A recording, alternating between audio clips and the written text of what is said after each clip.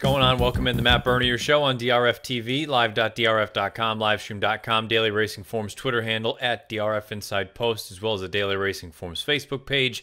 My name is Matt Bernier. You can follow me on Twitter at Bernier_Matt. This is the recap edition. Going to take a look back at the three big Kentucky Derby preps from this past weekend, the Holy Bull, the Withers, as well as the Robert B. Lewis.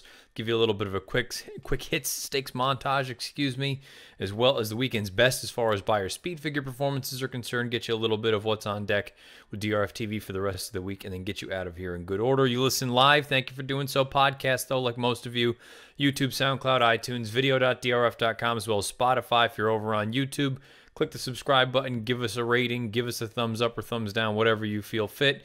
Over on iTunes, Apple Podcasts, however you get your podcasts, write a review, and please subscribe.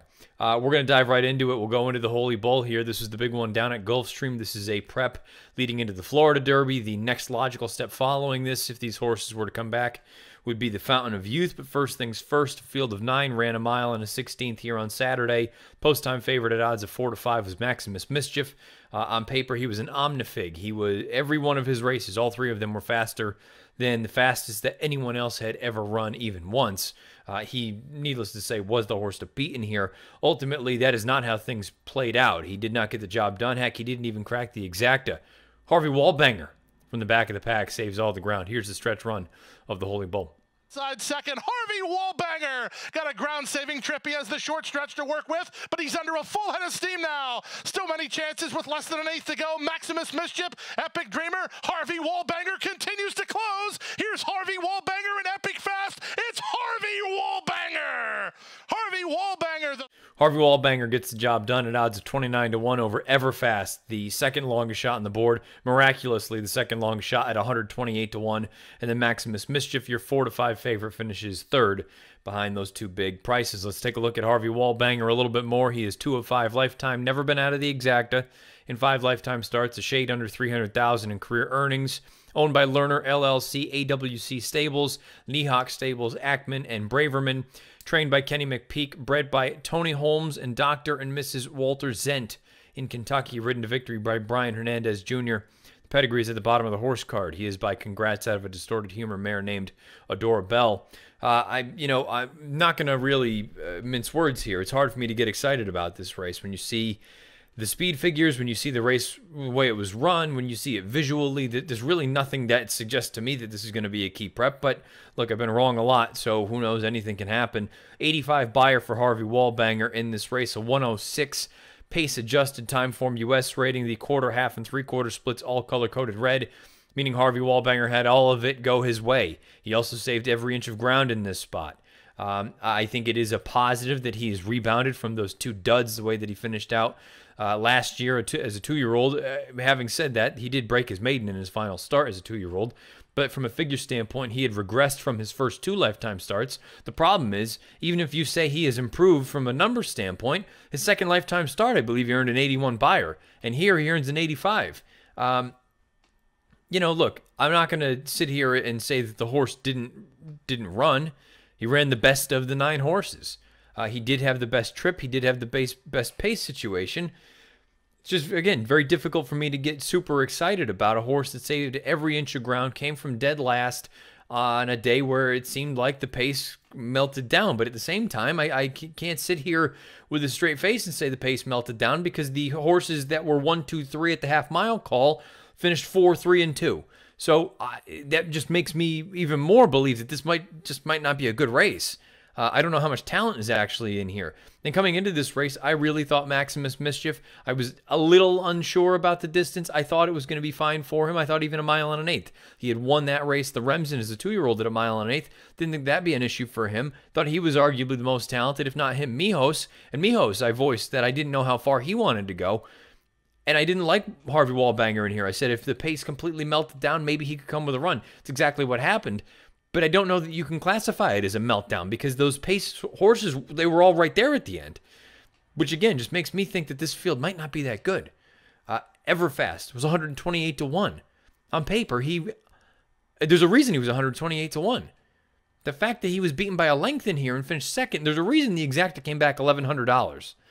Because this is just not a likely situation that played out. And, it'll be interesting to see going forward. Kenny McPeak talking about Harvey Wallbanger, excuse me.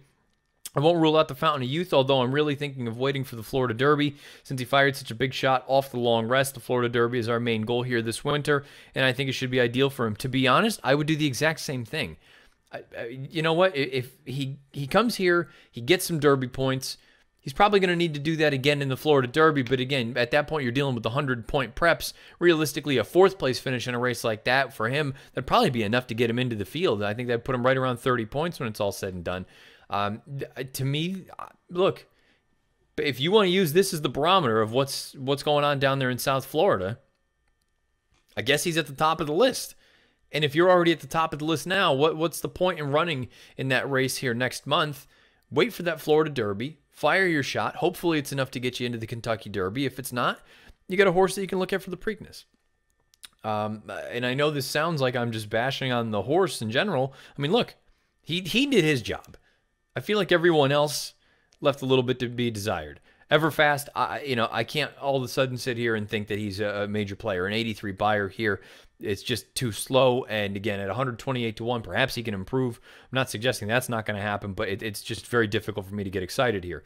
Maximus Mischief, the connections, they don't seem to be too phased by this. Apparently, Maximus Mischief was a little bit of a handful pre-race over in the paddock. Maybe that was part of his undoing. Butch Reed was quoted afterwards saying that the March 2nd Fountain of Youth remains in play for this horse. I would certainly run him in that race because, to me, we need to find out if this is, was he a precocious 2-year-old and now everyone else has caught up to him?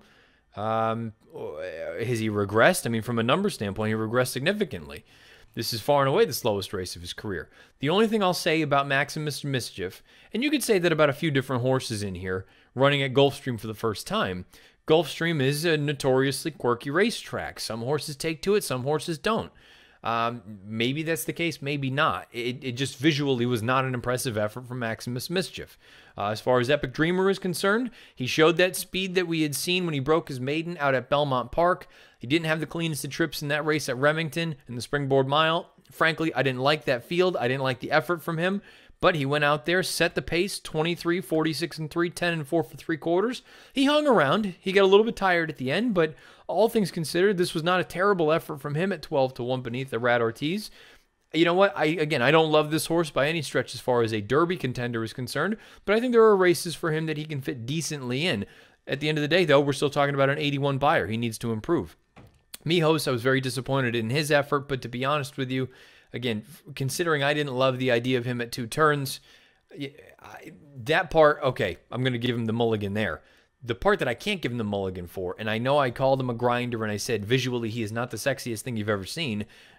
He's got to do a little bit better than Johnny V having to get into him as they turn onto the backside for the first time just to maintain sort of, shouting distance to the main players in there. And I don't hold the ride against Velasquez. He's got to keep, you can't let the main contenders, who you think the main contenders are, streak 3-4 lengths ahead of you and then try to go and run them down. Like, more likely than not, that's not going to work.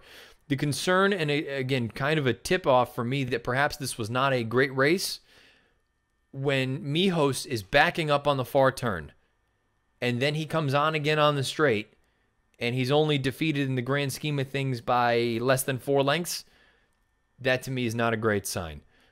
We'll find out. I still maintain I'd like to see him going 1 turn going forward.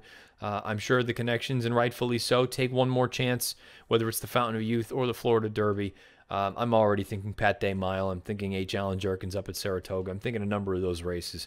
1 turn. I think Mijos is still going to be okay, but this was certainly a disappointing effort.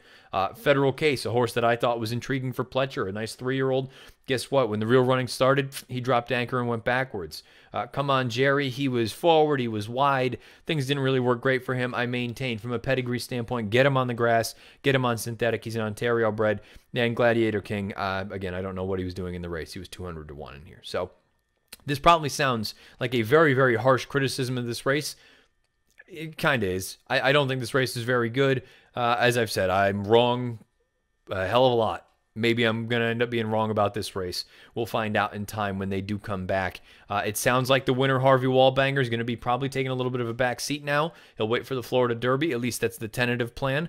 A horse like Maximus Mischief, you may see him next month in the Fountain of Youth trying to rebound, and we'll find out where everyone else chooses to come back in their next spots. The pace was hot in here. The final time, not that fast. The final speed figure, not that great. Harvey Wallbanger, though, is now a graded stakes winner. He gets the job done in the Holy Bull with an 85 buyer.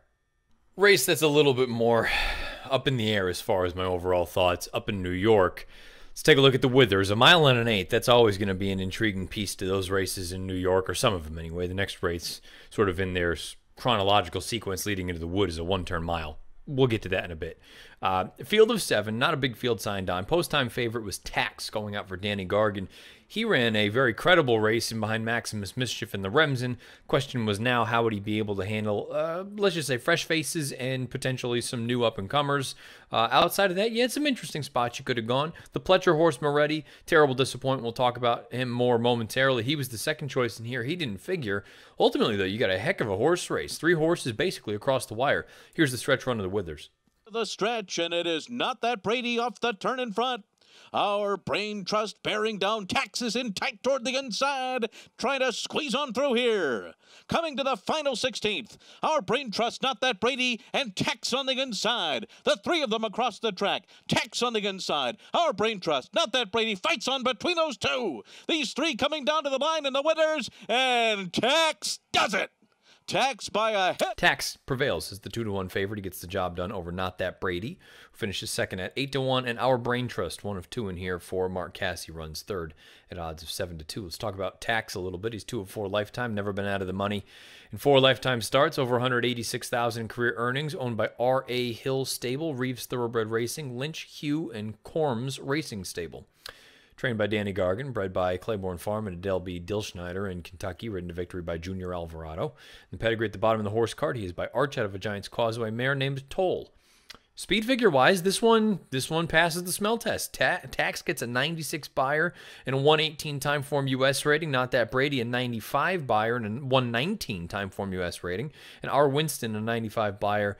Our Brain Trust. Sir Winston ran fourth. Our Brain Trust, a 95 buyer and a 118 time form U.S. rating. Visually, it's one of those tough things. Whenever there's 3 horses across the track at the wire, it makes you think about the quality a little bit. And we won't really know until these horses come back. Keep in mind, the top 2 finishers at one time were both $50,000 claimers. So there's at least reason to, before you go totally fall in love with any of these horses, there's at least reason to kind of pull back and wait and see what happens in their next start wherever they should go. But I like that Tax showed a little bit of gusto, a little bit of oomph.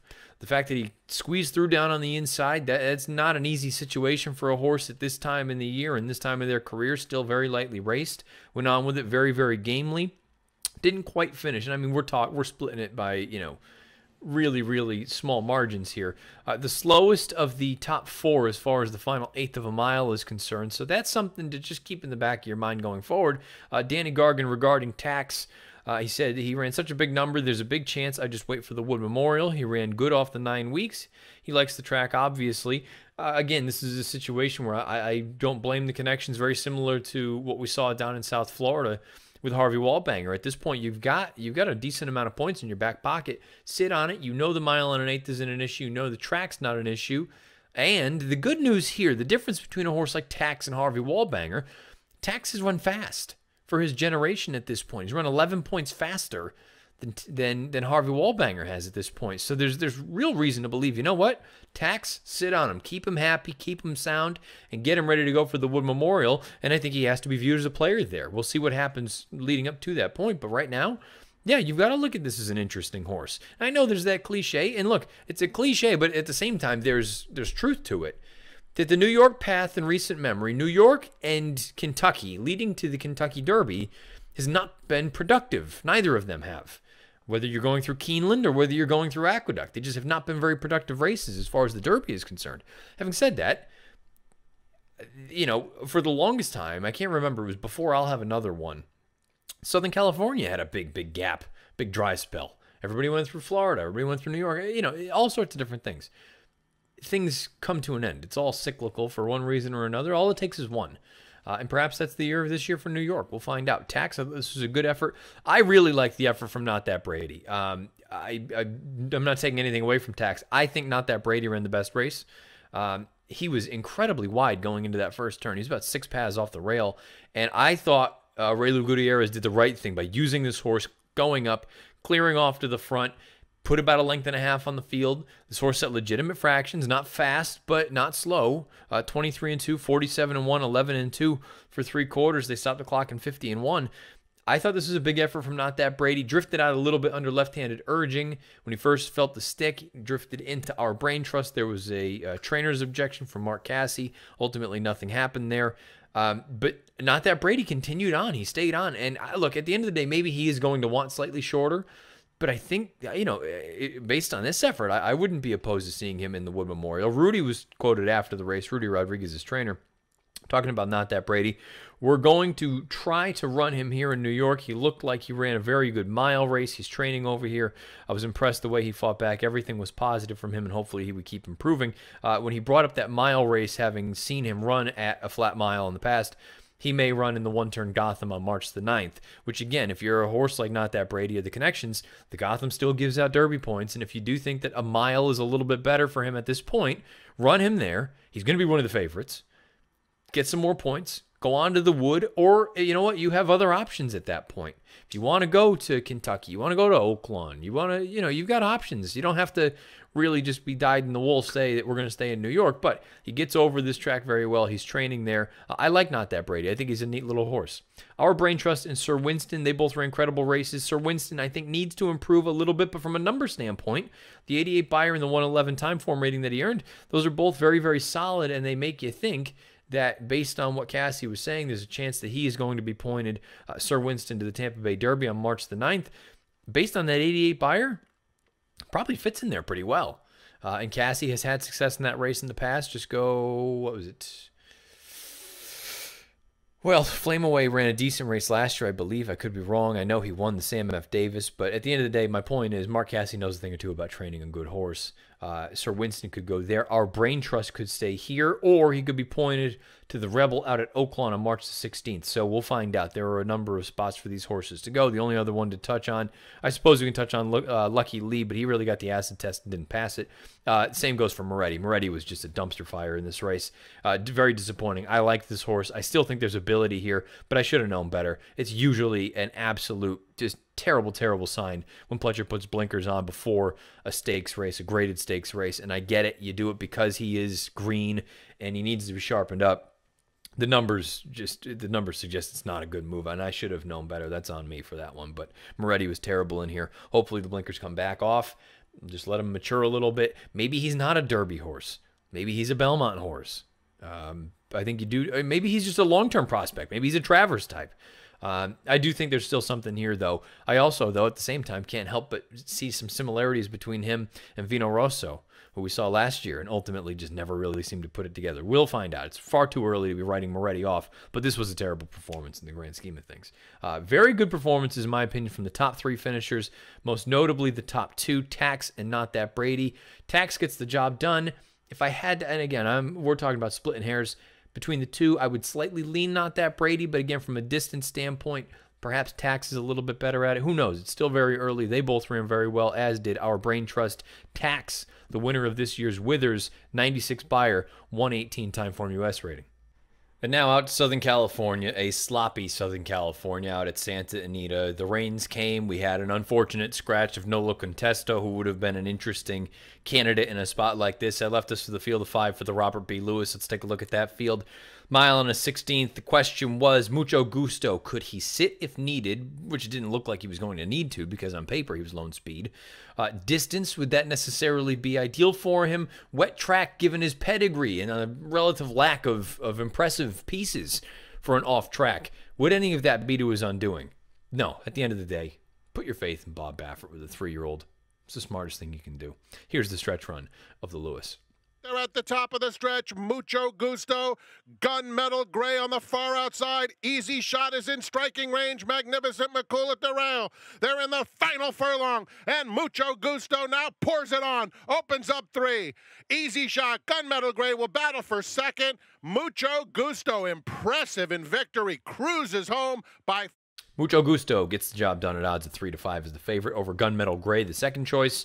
He gets in there at odds of 8-5, and then your third place finisher is Easy Shot, who rounds out the try at odds of 12-1.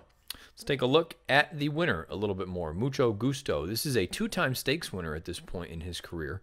He is now 3 of 4 lifetime, all 4 in the exact. His only loss was to Improbable in the Los Alamitos Futurity. He's at $234,000 on the nose in career earnings, owned by Michael L. Peterson, trained by Bob Baffert, bred by Teneri Farm Incorporated and Bernardo Alvarez Calderon in Kentucky. Ridden to victory by Joe Talamo, and you can see the pedigree at the bottom of the horse card. He is by Mucho Macho Man out of a Giants Causeway mare named It's a Giants Causeway. 90 Beyer speed figure, 111 time form U.S. rating for Mucho Gusto, winning this race. He finishes in 31.28 as opposed to the runner-up Gunmetal Gray, who finishes in 30.90. But keep in mind, Gunmetal Gray came from last. It is unfortunate. Kid Cantina, the horse that was eased, I believe he was euthanized. So condolences out to the connections. He was out there, forwardly placed early on. And unfortunately had an issue. A little bit of a surprise from the way the race was run. The fact that Magnificent McCool was out there, the one they sent him pretty hard. Now keep in mind, he broke his maiden most recently on grass. This style didn't work for him very obviously. Now you can also factor in, was it the wet track? Was it better horses? Was it a number of things? Or is he a nice turf horse now? We'll find out in time. Ultimately, this didn't work. But Mucho Gusto, it was very, very nice to see that he can sit comfortably and come. He never looked like a loser rounding the far turn. And then when Joe Talamo gave him a little bit of a chirp, I mean, his ears were up straight. It was a beautiful thing. Asked him to go. He strides out nicely. The 90 Beyer, the 111 time form U.S. rating.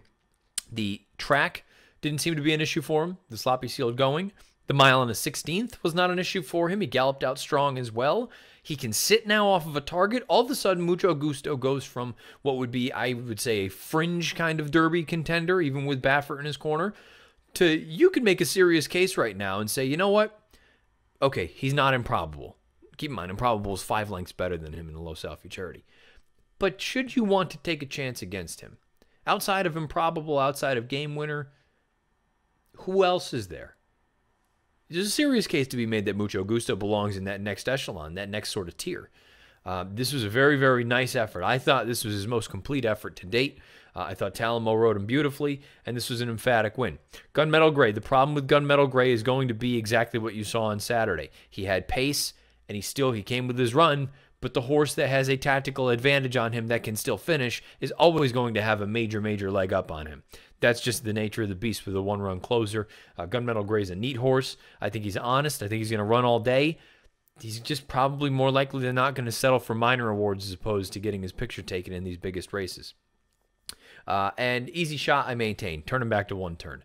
I think he's going to be a nice 7/8 kind of horse. Maybe one-turn mile or maybe the Pat Day mile when it's all said and done. I just don't think that as distances go on, this is going to be good for him. At the end of the day, though, Mucho Gusto, very, very impressive here, winning the Robert B. Lewis. He gets a 90 Beyer and a 111 time form U.S. rating. Much smaller sort of quick hit stakes montage this week, but there's still a number of races. We'll have 6 of them that we'll throw up there, and we'll come back, give you a couple little quick tidbits here and there before we throw it into the weekend's best as far as Beyer speed figures are concerned. Here it is, the quick hit stakes montage. Running a huge race on the outside, and Giant Expectations is hanging tough. They're an 1/8 of a mile from home, and it's McKenzie and Battle of Midway. Battle of Midway or McKenzie. McKenzie just in front. Battle of Midway's pressing hard on the outside. McKenzie or Battle of Midway. It could go either way. Battle of Midway. Battle of Midway beats McKenzie in the San Pasquale. Feedback has the lead. Bye-bye Jay. Up on the outside, tries to challenge from second. Down the center in Geltrin. Up the inside in Champagne, anyone. 1/8 of a mile to go. Irad Ortiz Jr. pleading for more from Feedback. She still has the lead. Bye-bye Jay takes another run on the outside. They come to the wire. It's still Feedback in front, and Feedback guts it out.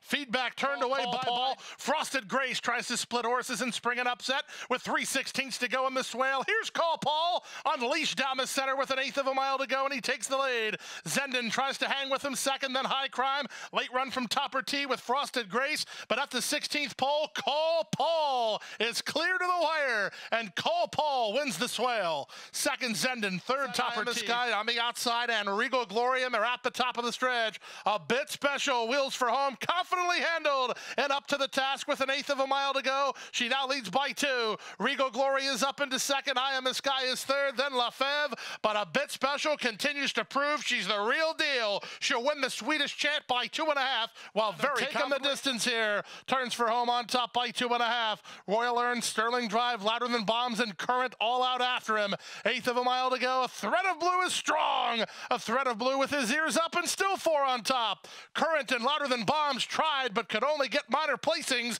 behind a Thread of Blue, who wins the Dania Beach with style. Here comes Always Shopping off the rail with her run. Getting Warmer goes wide. And here comes Always Shopping. Always Shopping takes the lead from Philly Joel. Getting Warmer is drifting well out into the center of the track, and coming through on the inside late is a Fleet Destiny. It is Always Shopping. Philly Joel trying to battle on, but Always Shopping's got it. Always Shopping in the Busenda by a length and a half over Philly Joel. Let's get some quick hits there from the stakes montage. We'll kick things off with the San Pasquale. At the end of the day, if McKenzie is going to be viewed as one of these horses, the real upper echelon, now keep in mind that older division is just, it's ripe for the taking. It's up for grabs. If McKenzie's going to be that one or one of those, he's got to do better than run second to Battle of Midway. Look, a hell of a horse race, don't get me wrong, but if he wants to be viewed as something going longer, and when I say longer, I mean those mile and an eighth kind of races, you got to do better than that, because we kind of know Battle of Midway at this point, and this is going to be inherently sort of a backhanded compliment. But you know, he's a nice horse, Battle of Midway, but he's not that nice. You know, I would expect him to be a competitive runner in some of these bigger races going forward, but his distance limitations, I think, are well documented. Well, I shouldn't say well documented, but in my opinion anyway. I know he ran third in the Kentucky Derby, but you know, that doesn't really hold a lot of water to me. Is he going to run third or be a real win contender in the, you know, the big cap? Perhaps. I suppose it's possible, but I do wonder now, McKenzie, is he going to be slightly better going shorter? Maybe a one-turn kind of horse, 7/8 of a mile. A lot of money to be made in those races. Maybe the longer the distance, not necessarily the better. Let's see. Call Paul. I thought he was very, very nice in the Swale. The only problem I had there was early with the lead change. Coming off of a layoff, there's a part of me that does wonder, is there a reason? You know, I don't know that additional distance is going to be his friend. I also don't know, as far as soundness is concerned, are we looking at a horse that you should be expecting a ton of runs out of? Again, usually, it's a very, very general rule of thumb. That early lead change, that's usually not a sign of great things. Feedback, she ran in that forward gal. Had to work, a little bit workmanlike, but in the grand scheme of things, for a second-time starter coming off of a long, long layoff, a good building block. I think she'll move forward out of that race. As far as the Swedish chant is concerned, I've been a fan of A Bit Special from day one. I think she's very, very talented. That tactical speed, I talk about it all the time. With turf horses, you always want to have a late turn of foot. Any horse that's not finishing late on grass is screwed.